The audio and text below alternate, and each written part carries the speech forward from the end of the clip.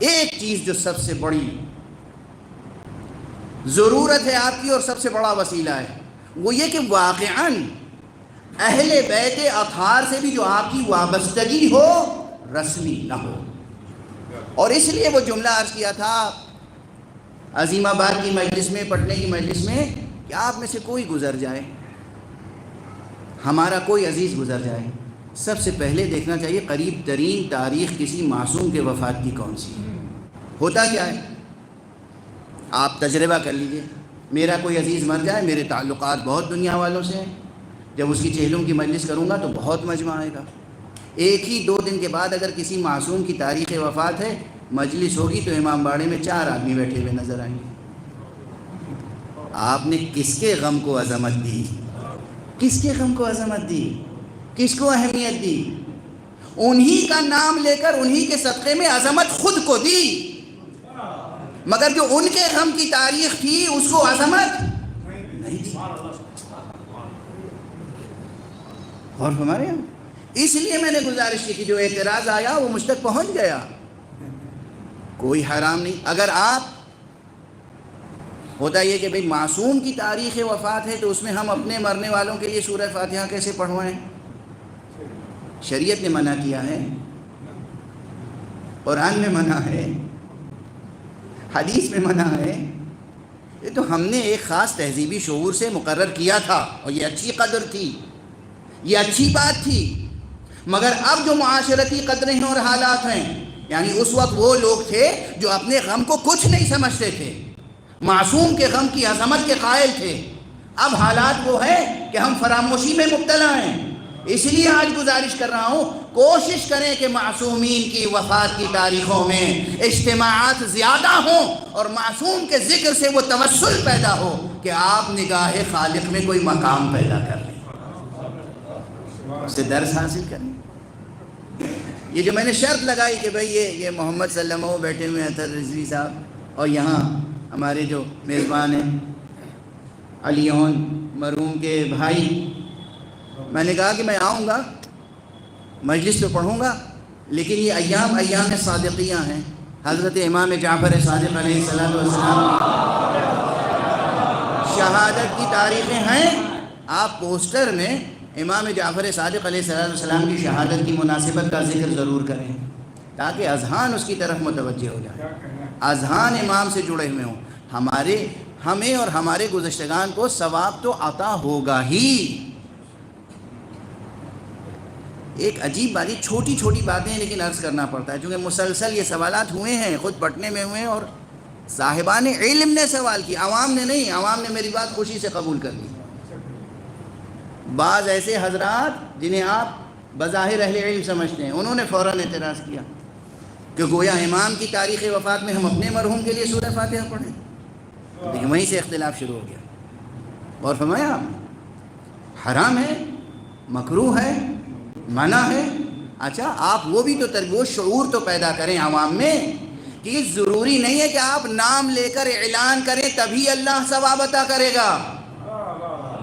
اپنے مرحوم کے ایصال ثواب کے لیے مولا کا صرف نام لیں تب بھی اللہ ثواب عطا کرے گا۔ کس طرح کی رسموں میں دماغوں کو جکڑ کے رکھ دیا گیا، کیسے ناقص تصورات ہیں، کیسی رسم پرستی ہے۔ حقیقت یہ ہے کہ جس مقام عرفانی پر، جس مقام وجدانی پر، جس مقام ایمانی پر حضرات معصومین علیہم السلام ہمیں اور آپ کو دیکھنا چاہتے ہیں، ہم اس سے بہت نیچے ہیں۔ ہم روز دعا کرتے ہیں حضرت امام کی ظہور کے لیے، لیکن وہ دعا صرف زبانی ہے۔ اپنے پورے وجود کے ساتھ دعا کریں، اپنے پورے وجود کو ایک حرف دعا میں بدل دیں۔ جیسے آپ کو کسی چیز کی طلب ہوتی ہے نا، کیسی طلب ہوتی ہے شدید، ایسی واقعاً امام کے در تک پہنچنے کی طلب پیدا ہو جائے۔ اگر ایسے افراد پیدا ہو جائیں جن میں واقعاً طلب ہو پورے وجود کے ساتھ، تو ممکن نہیں ہے کہ امام کا ظہور جلد نہ ہو جائے۔ یہ تمام وہ تربیتیں ہیں جو ائمہ اطہار علیہم السلام نے اپنی دعاؤں میں، حدیثوں میں، اپنے فرامین میں، ارشادات میں فراوانی کے ساتھ ہمیں سکھائے، لیکن وہ کتابوں میں بند ہیں۔ ہم ان کی طرف متوجہ نہیں ہیں. اور خصوصیت کے ساتھ حضرت امام جعفر صادق علیہ السلام نے جو نصاب علم و عمل عطا کیا ہے وہ بے پناہ و بے کرا ہے، لیکن ہمارے عوام اس سے بالکل ناواقف محض. حضرت امام جعفر صادق نے بہت تاکید کی ہے امام حسین کے غم کو تازہ کرنے کے لیے. جو آپ پہلی محرم سے 10 محرم تک یا پہلی محرم سے 8 ربیع الاول تک ایام اعزاء میں سوگ مناتے ہیں، یہ پورا نصاب اعزاء امام صادق نے عطا کیا ہے. کیوں عطا کیا؟ ایک صرف راز، ایک راز، بہت سے راز ہیں، بہت سے اسرار ہیں، مگر آپ غور فرمائیے ہمارے معاشرے میں اگر مصیبتیں نازل ہوتی ہیں تو ہم اکثر کمزور جملے کہہ جاتے ہیں، ایمان خطرے میں پڑ جاتے ہیں. مگر تصور کر لیجئے کہ کربلا میں خیمے جل رہے ہیں،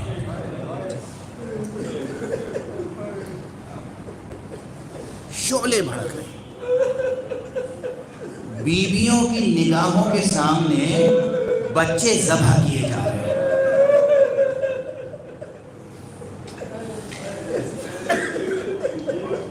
اور ایسے ماحول میں زینب کبریٰ کی زبان پر گیلا نہیں ہے، شکوہ نہیں ہے، حمد خدا کے جملے ادا ہو رہے ہیں.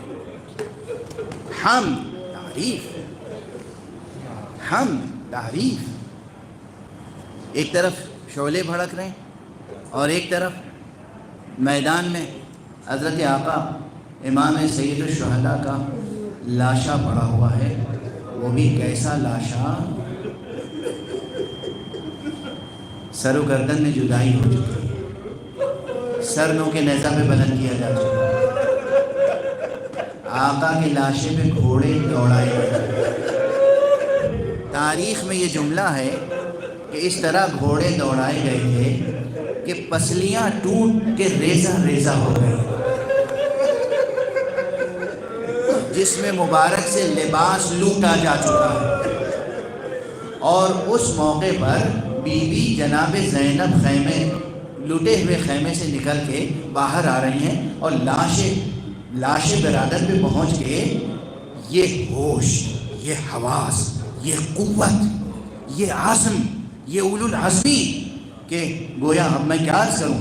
بعض روایتوں میں ہے کہ لاشے کو ہاتھ پہ اٹھایا، میں کہتا ہوں لاش کے ٹکڑوں کو ہاتھوں پر اٹھایا اور آسمان کی طرف بلند کر کے جملہ کہا اللہم تقبل منا ھذا القربان.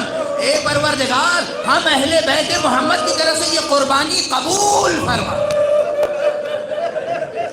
ہم اہل بیت، اجرکم علی اللہ، ہم اہل بیت کی طرف سے یہ قربانی قبول فرما. کوئی شکوہ نہیں ہے پروردگار سے، کوئی گلہ نہیں ہے، کوئی کمزور کلمہ نہیں ہے، قربانی قبول کرنے کی دعا ہے.